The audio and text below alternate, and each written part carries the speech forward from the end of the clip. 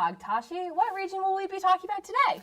Today, our adventure is across the Atlantic Ocean, all the way over to Western Europe, to learn about a few types of bread. There are 9 countries that make up Western Europe: Austria, Monaco, Liechtenstein, the Netherlands, Switzerland, France, Germany, Belgium, and Spain.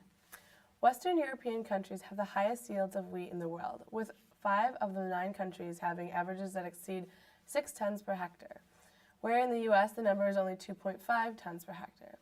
That's over twice the amount of yield. For most of us, a trip to France today is incomplete without several stops to dig into a warm, crusty baguette or a tasty croissant.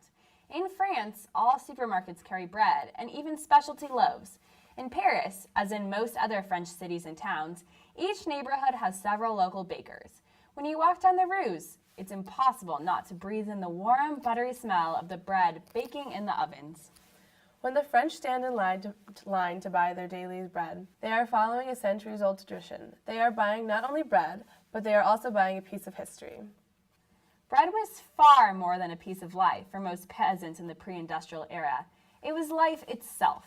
A majority of a peasant's diet came from eating bread, with an adult male eating as much as 2 or 3 pounds in one day. Bread also contributed to the start of the French Revolution. It was so important to the functionality of the society that bakers were considered government employees, so the police had a large role in protecting the bakeries because it was government property. That meant when variations in bread prices happened, the conflict had a greater mechanism for escalation as the police were already a mobilized force that was present. These changes were felt most severely by the poor, especially the women, who were the ones that did most of the shopping. Women would sometimes protest against unfair bread prices in bread riots. These were not usually violent, but instead were a collective action designed to force bakers to sell bread at a more fair price. But when the grain crops failed 2 years in a row in 1788 and 1789, the price of bread skyrocketed to a whopping 88% of total wages, compared to a 50% before. For perspective, today people in the U.S. spend between 13 and 36% of their income on all of their food, not just bread. It was a bloody 10-year conflict that created a dramatic period of transformation in France that yielded many political and social changes upon the termination. This is where feminism emerged in France, as women had gotten tired of being considered passive second-class citizens in comparison to their male counterparts. They created women clubs and worked to distribute pamphlets and information among the community to enact and inspire change.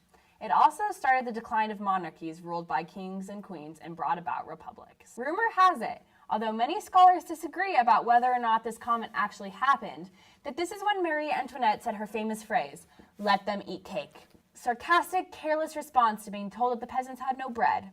This is significant because it really explains the class system and how there was a lot of tension that contribute ultimately to the conflict. Who knew this could all be started by bread? Though bread was important in other European cultures as well. In Germany, for example, bread is a huge deal in Germany. They produce more varieties than any other country in the world. There are twice as many bakeries as pharmacies in the nation, and over 300 varieties of dark and white bread, and over 1,200 varieties of rolls and mini bread are produced in Germany. Bread is an important component of both morning and evening meals, and its influence stretches into holiday celebrations and festivals. Pretzels at Oktoberfest, for example, play a huge role in German culture. Oktoberfest is a traditional fall festival that has been going on for over 200 years that attracts visitors from all around the world to enjoy each other's company, dance to traditional music, and drink beer. Always present in the festivities are giant pretzels called Brezels. Traditionally dressed German women, called Brotfrauen, literally bread women, have become a cultural symbol for this festival. These German pretzels are different than what we have here in America due to the use of lye in cooking. Lye, as you may know, is a common ingredient in the production of soap. The cooking of lye in high temperatures burns off the poisonous properties and creates a very shiny outside to the pretzel that creates an extra crunch.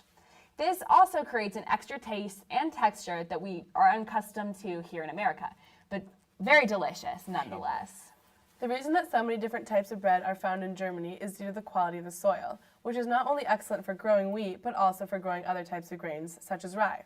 At the beginning of the 20th century, rye bread was common throughout Europe, but since that time, cultivation of rye has dropped off. Of the Western European countries, only Germany maintained the tradition of rye today. Of all grains, rye has the highest amount of dietary fiber. which aids in digestive processes. In addition, rye is rich in minerals, vitamins, and other micronutrients, which are located mainly in the outer layers of the grain.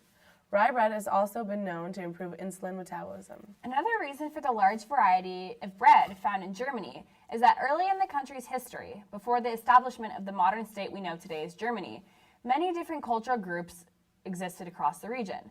When these groups united, many of these people maintained their own cultural identities and habits, which often included diverse bread recipes. Ireland has another interesting type of bread. They use baking soda instead of yeast to make their bread rise, something Jacob, Seth, and Julian explained a few chapters ago. Most of the flour we use in the U.S. today for making bread is called hard wheat flour, which has lots of gluten. As we learned earlier, gluten is the combination of the proteins that makes bread dough elastic. Hard wheat flour has lots of gluten, so it's very strong. That means it needs lots of carbon dioxide to rise, which means it works best with yeast as a leavening agent. Soft wheat, which is prevalent in Ireland for instance, is much poorer in gluten. That means it's easier to make it rise, so you can use baking soda instead of yeast. This is what the Irish use to make their famous soda bread. The appearance of this Irish soda bread is also very interesting, with a lot of cultural history and significance. The cross on the crust of the bread has several explanations. Some have said that legend has it that the folks do it to let the devil out. Well, it's baking for good luck. And others say that it is made easy to divide into 4 pieces and be shared. It was also a symbol for a cross during the Christian holidays. So we've gathered a lot of information about bread in France, Germany, and Ireland. On y va, Tashi!